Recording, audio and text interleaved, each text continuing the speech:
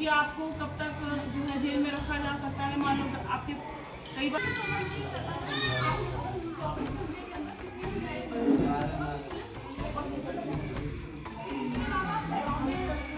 निःशुल्क अधिवक्ता प्रोवाइड कराएगा।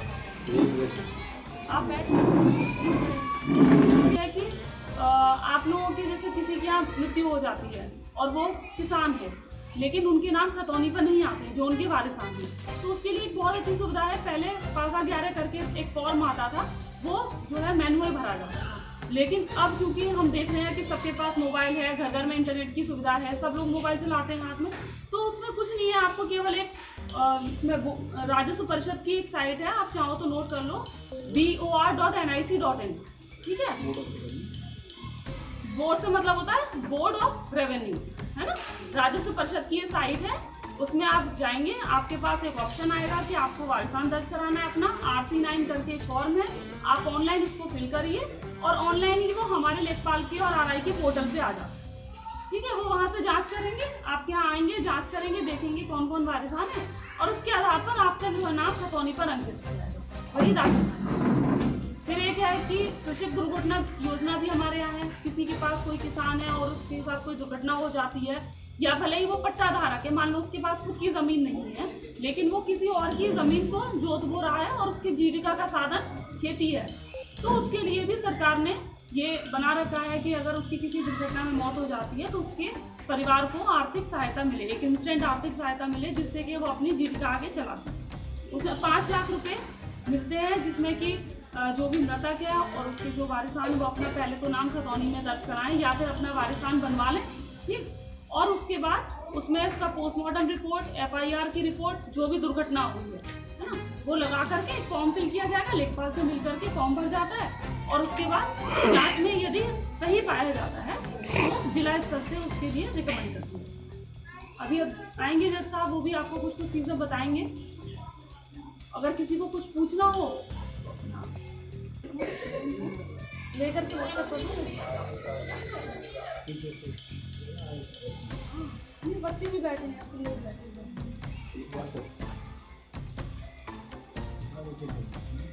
अच्छा, यहाँ पर सब लोग आशा और आंगनबाड़ी भी है ना? आंगनबाड़ी में आसन भी आज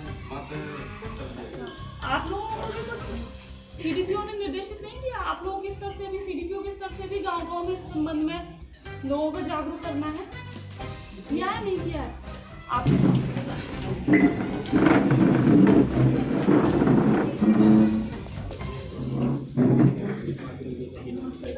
सर नमस्कार सर। ठीक है।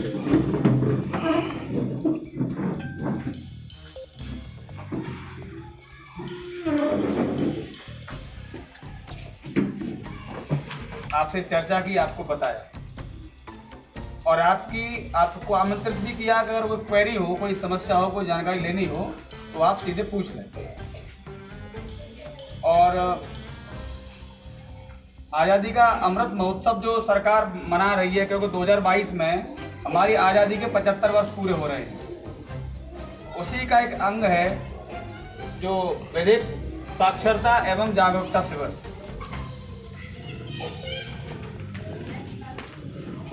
तो मैं अब तक जितना भी विचार होने थे हमारे बीच, जो मुख्य अतिथि हैं इनके विचार शेष हैं।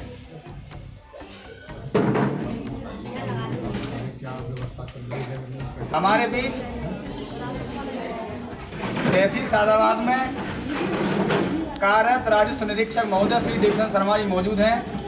मैं चाहूँगा कि तहसील स्तर से या उनके स्तर से जो भी न्याय दिया जा सकता है उसके बारे में अवगत कराएं और जागरूक करें। महोदय, तहसीलदार महोदया जी, सम्मानित बुजुर्ग साथी, युवा साथी और हमारी माता बहनें, आज ये जो कार्यक्रम किया जा रहा है, आज़ादी के 75 वर्ष पूर्व होने जा रहे हैं और सरकार की तरफ से क्या क्या योजनाओं का लाभ दिया गया वो हमारी तहसीलदार महोदया मैडम जी ने आपको सभी को अवगत कराया। इसके बाद हमारी तहसील से आय, जाति, और निवास जो प्रमाण पत्र बनाए जाते हैं, ऑनलाइन भी किए जाते हैं। हमारे लेखपाल महोदय जी की रिपोर्ट लगती है, उसके बाद हम भी रिपोर्ट लगाते हैं और तहसीलदार महोदया जी भी लगाती हैं, जिससे क्लियर हो जाता है। उसके बाद विरासत में किसी काश्तकार की अगर कोई मृत्यु हो जाती है और उसके वारसान दर्ज जो किए जाते हैं, ऑनलाइन किया जाता है। इस समय ऑनलाइन करने के बाद हमारे लेखपाल जी के फोल्डर में जाता है, उसके बाद फिर हमारे भी फोल्डर में आता है और हम जो है उसके बाद R6 कराते हैं।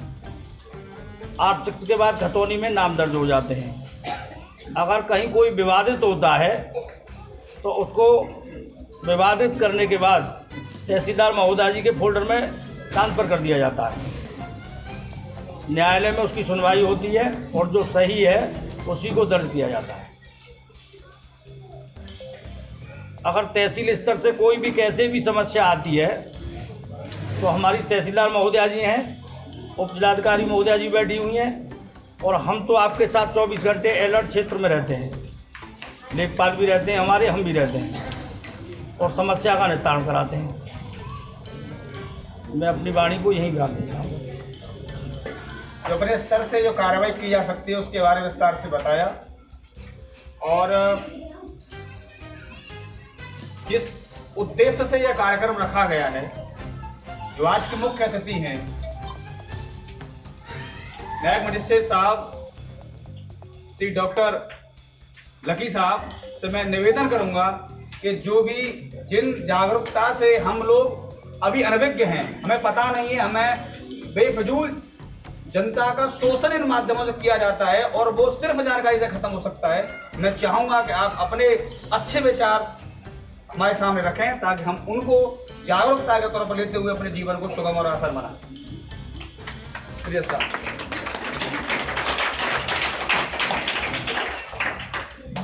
आदरणीय जैन साहब, हमारे न्यायिक मजिस्ट्रेट से तहसीलदार महोदय, कानूनगो साहब तथा उपस्थित सभी भाइयों और बहनों, आज़ादी के 75वें साल से हम लोग अमृत महोत्सव मना रहे हैं और न्यायपालिका को जिम्मेदारी दी गई कि अमृत महोत्सव पे हम विधिक जागरूकता फैलाएं और लोगों को विधिक रूप से जागरूक करें कि उनके अधिकार क्या हैं, कर्तव्य क्या हैं, उनको कोई समस्या है तो उसका निदान कैसे हो। तो आप लोग रहते हैं, रेवेन्यू से संबंधित कोई समस्या है, किसी का दाखिल खारिज नहीं हो रहा है तो उसकी संबंधित हमारे यहाँ तहसीलदार महोदय हैं, ये देखती हैं।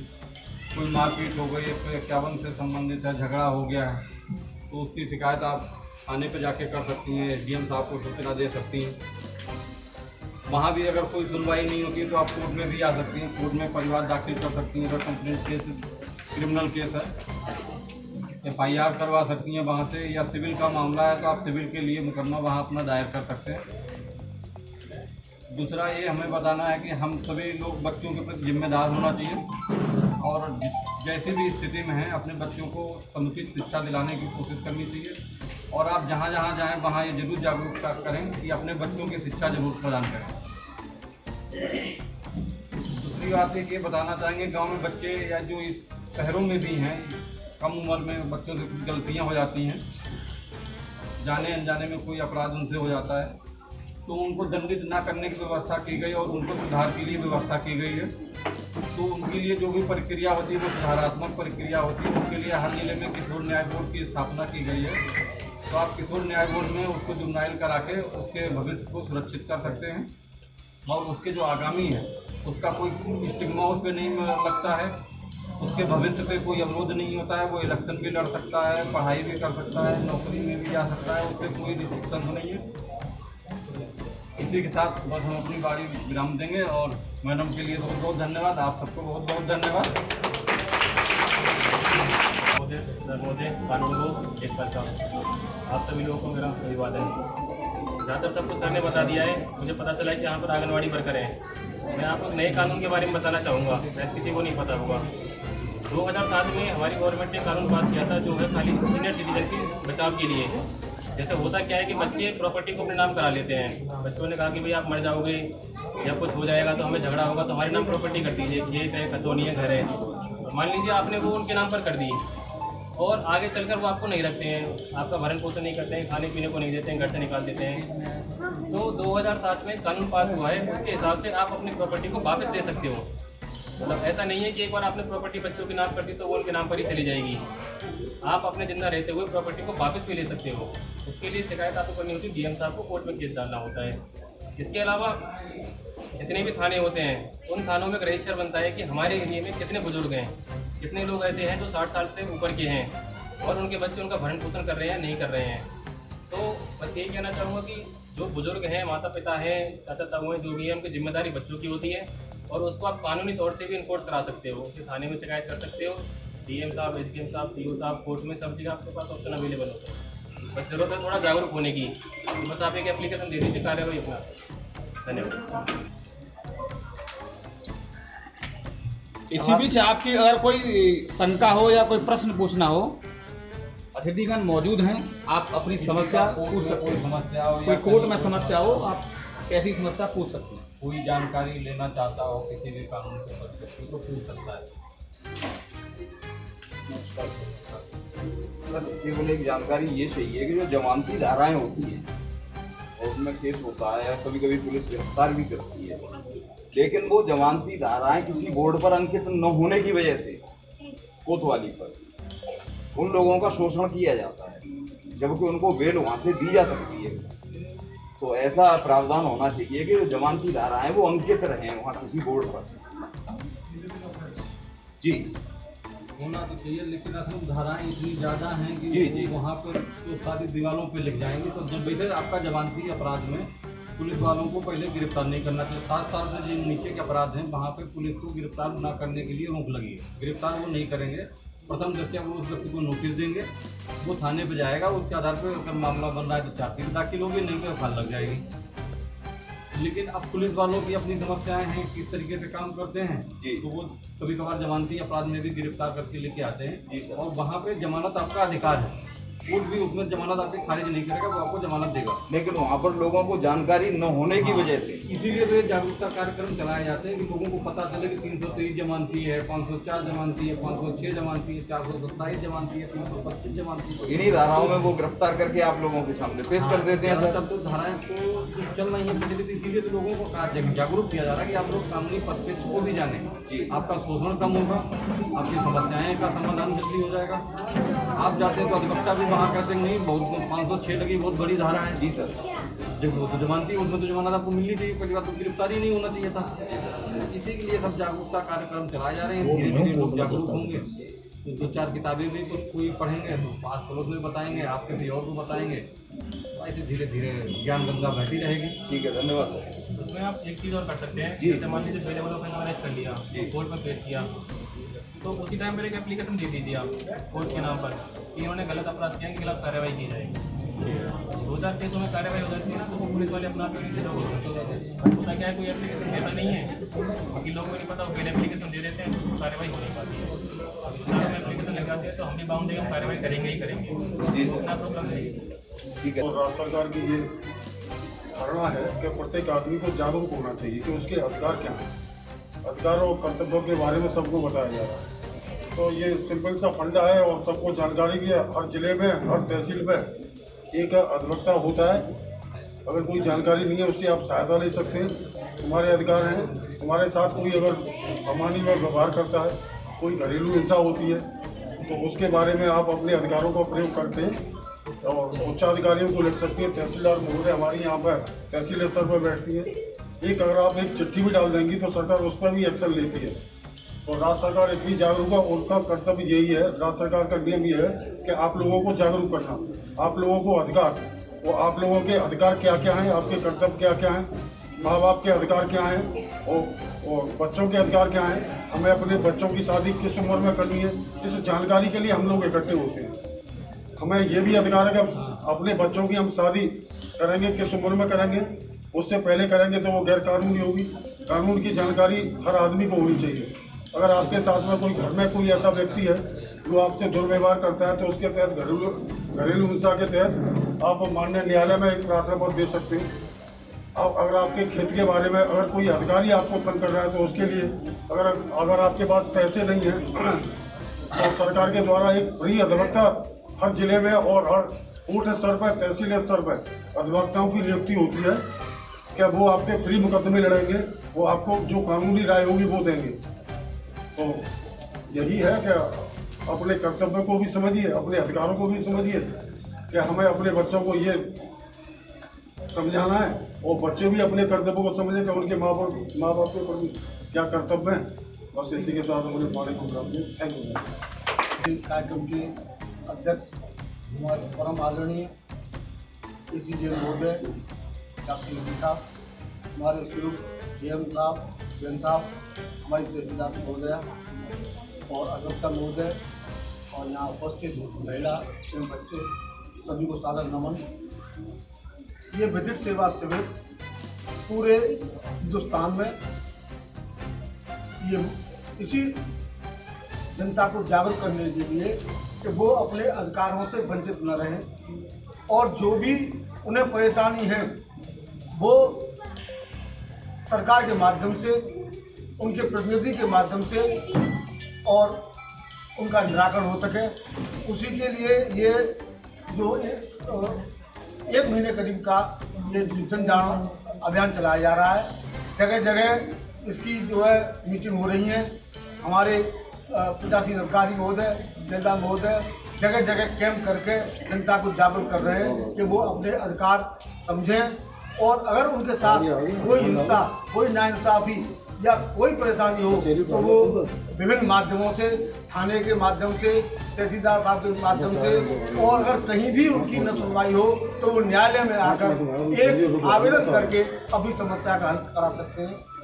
महंगाई का युग है, अगर अधिवक्ता को नियुक्त करने में कोई परेशानी आ रही है, आर्थिक कोई परेशानी आ रही है तो उसके लिए सरकार की ओर से पैनल अधिवक्ता नियुक्त हैं, वो आपको फ्री राय देंगे, फ्री मुकदमा लड़ेंगे और आपकी पूरी केयर भी करेंगे।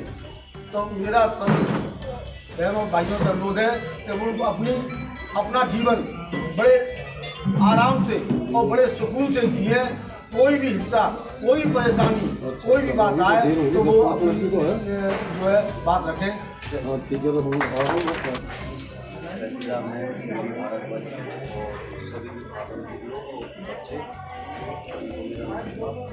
आज का जो आयोजन है विधिक साक्षरता के लिए, जैसे वक्ताओं ने बताया है, सरकारों द्वारा जिस प्रकार से हमारे स्वास्थ्य को लेकर के प्रचार प्रसार किया जाता है, जिसको आंगनबाड़ी आशा वर्कर जो हैं आपको समझाते हैं कि किस किस प्रकार से एक स्वस्थ जीवन के लिए, एक इंसान को स्वस्थ रहने के लिए क्या क्या राइट है, क्या क्या जागरूकता होनी चाहिए, वो ये लोग समझाते हैं। विधिक ज्ञान कैसे होना चाहिए, आदमी क्या क्या अधिकार है, क्या क्या उनके राइट हैं, क्या उन्हें हासिल होना चाहिए, उसके लिए कैंपों का आयोजन किया जा रहा है।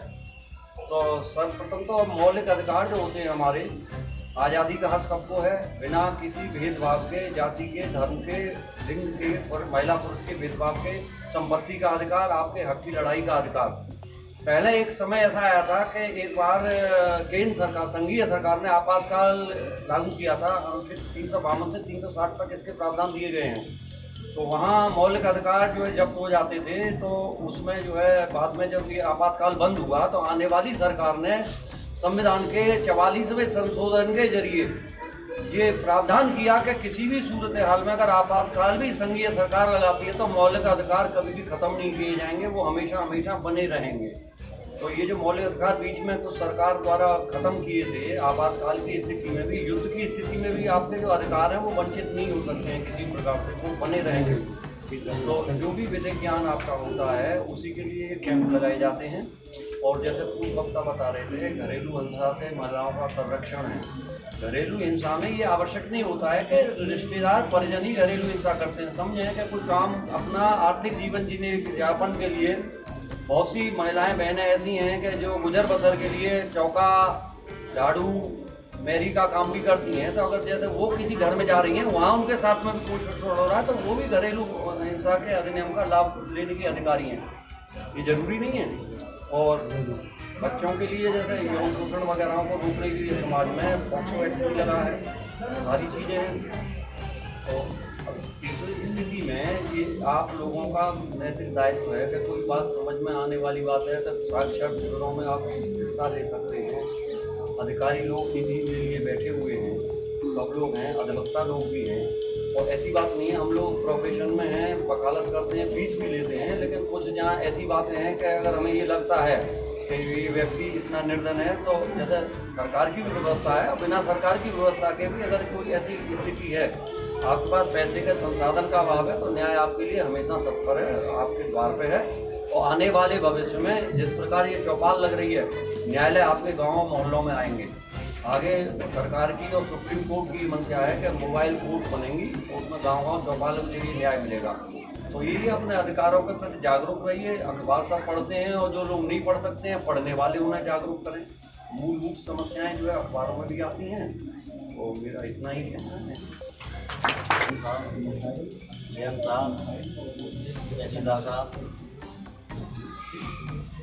अभी मेरे बड़े भाइयों ने आपको बहुत सी बातें बताई हैं, अखबारों के बारे में बताया। मैं आपको अलग हट के बताऊँगा। आजकल एक समस्या चल रही है साइबर क्राइम की। साइबर क्राइम के मामले में मैं आपको कुछ बताने जा रहा हूँ कि आप ये देख रहे होंगे ठगी आजकल बहुत ज़्यादा हो रही है लोगों के साथ।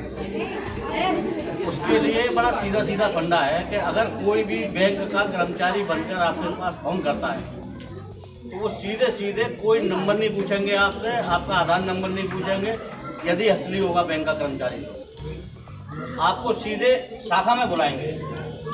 ये आपको केवल ध्यान देने की बात है और जागरूक की बात है कि आपको जागरूक रहना है मोबाइल के मामले में, क्योंकि ये जो ठगी करते हैं और इसका उपचार अभी किसी के पास नहीं है। पुलिस भी अपना केवल फॉर्मेलिटी कर रही है, बहुत कम लोगों को पैसा वापस मिल पाता है।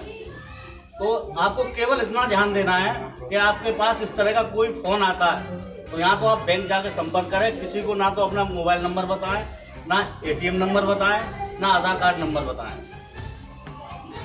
ये आपको केवल जागरूक करने के लिए कानून की मंशा है, शासन की मंशा है कि आप ज़्यादा से ज़्यादा जागरूक हों और ठगी से बचें। जय हिंद।